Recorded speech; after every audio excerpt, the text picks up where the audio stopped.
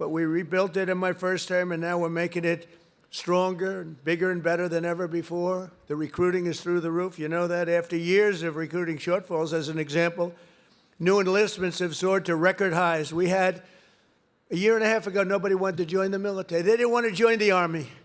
You know that. It was like terrible. They didn't want to join the Army, the Navy, the Air Force, the Marines, the Coast Guard, or my beloved, how about that, Space Force. Do we like Space Force? It's turning out to be very important. But they tried to end that, and actually the military refused to allow that to happen. But you couldn't get people to join. And as soon as we won the election, that election took place on November 5th. From November 5th on, it was like a miracle. Now we have waiting lists for every branch of the military, waiting lists of people to get in. In other words, your jobs are wanted by everybody. And isn't that a better feeling? I'm looking at the smiling faces. We've got a lot of smiling faces. You should be smiling. Last year, the Navy and Air Force and Space Force all surpassed their recruiting goals by 5 months early, and the numbers are through the roof. In fact, it'd be a very good time to expand. You know, it's a good time to expand. But the Army did even better than the others, and you shattered your annual recruitment by almost 5 months and lots of days. But more importantly, the number and the quality of recruit has never been higher. This year, the Army is beating its recruitment goal by 116%. And I'm very proud of that. I was very embarrassed for a period of years as I watched how badly this country was run, standing outside and hearing constantly that we couldn't get people to join our great forces. We ended the scourge of political correctness in our military. We renamed the Department of Defense to the Department of War. Think of it. We won World War I. We won everything. World War II. And everything before, during, and a little bit after, except we fought a little bit differently. We fought to be politically correct. We were a politically correct force with the presidents. But now we have a real force, and you see that with what we did in Iran with the B-2 bombers. A lot of you were involved in that. And what we did recently in Venezuela, nobody ever saw anything like that happen. A Venezuelan general who was on the site, but he moved out fast enough that he lived, because most of them didn't. But he was on the site. He said, we were totally prepared.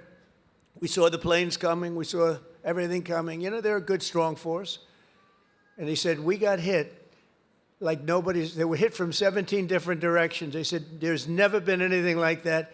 It was over in, like, literally a minute. Everybody was running for the hills. And that's what we have. We have the strongest military in the world by far. We have the best equipment. We have the greatest people, soldiers. We brought back merit as the sole consideration for advancement and promotion in our military. We won the Supreme Court case, shockingly in that case. It took courage to come up with that decision. It's based on merit. Now you want to get into a college, it's based on merit. It's not based on anything else. You want to get into the military, you got to have a little muscle. You got to be strong, like these people here. It's like, you're like central casting. I'm looking at all these beautiful-looking people. But you have to be a certain type to do well. And we were taking anybody that wanted to get in because we wanted to be politically correct. No, it's based on merit now. You get into the military based on merit. And other places also based on merit. There might be advantages to other people in other fields. But this is all based on merit. As long as I'm president, we will be the best led, the best trained, the best equipped, the most disciplined, and the most elite fighting force the world has ever seen. That's what we've turned out to be, and everybody knows it. They all know it. Every country knows it. I speak to all of them. They know exactly what they would be up against. Hopefully we'll never have to test them. And because of our strength and because of what we do, we probably won't have to be tested. That's why this year we're investing also $1 trillion in our armed forces, most we've ever spent. And next year it's being raised. In fact, we're going to be building a number of battleships. You ever hear of battleship? You know, World War II, you saw those big ships, the Iowa, the Alabama, the Missouri, they're going there, sailing through that water like it's nothing. Those big waves are crashing into the front. The hulls are made of 7 inches of steel, not aluminum. Aluminum's fine, by the way. I don't want to hurt the industry. We're doing very well. But I'll take steel. And it's going through those waves like it's a hot knife through butter, right? And it was incredible. It was a great thing. It was a great act of beauty. When you looked at that, the scenes, Victory at Sea, I don't know if has anyone ever seen Victory at Sea? Probably the ones that have would have joined the armed forces when you have, but Victory at Sea. And you looked at those battleships. So now we're building 10 of them, initial order, 10.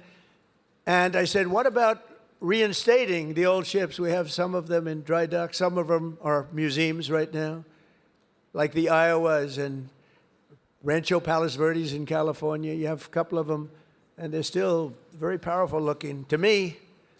So I said, what about bringing them back? They said, sir, it would be no good. Why do you say that? The new battleship that we have, which I've seen and helped design, I put a little more spirit in the hull, a little more, give me a little bit more hull. And I want that ship to look gorgeous, you know. Forget about stealth. They say, oh, it's stealth.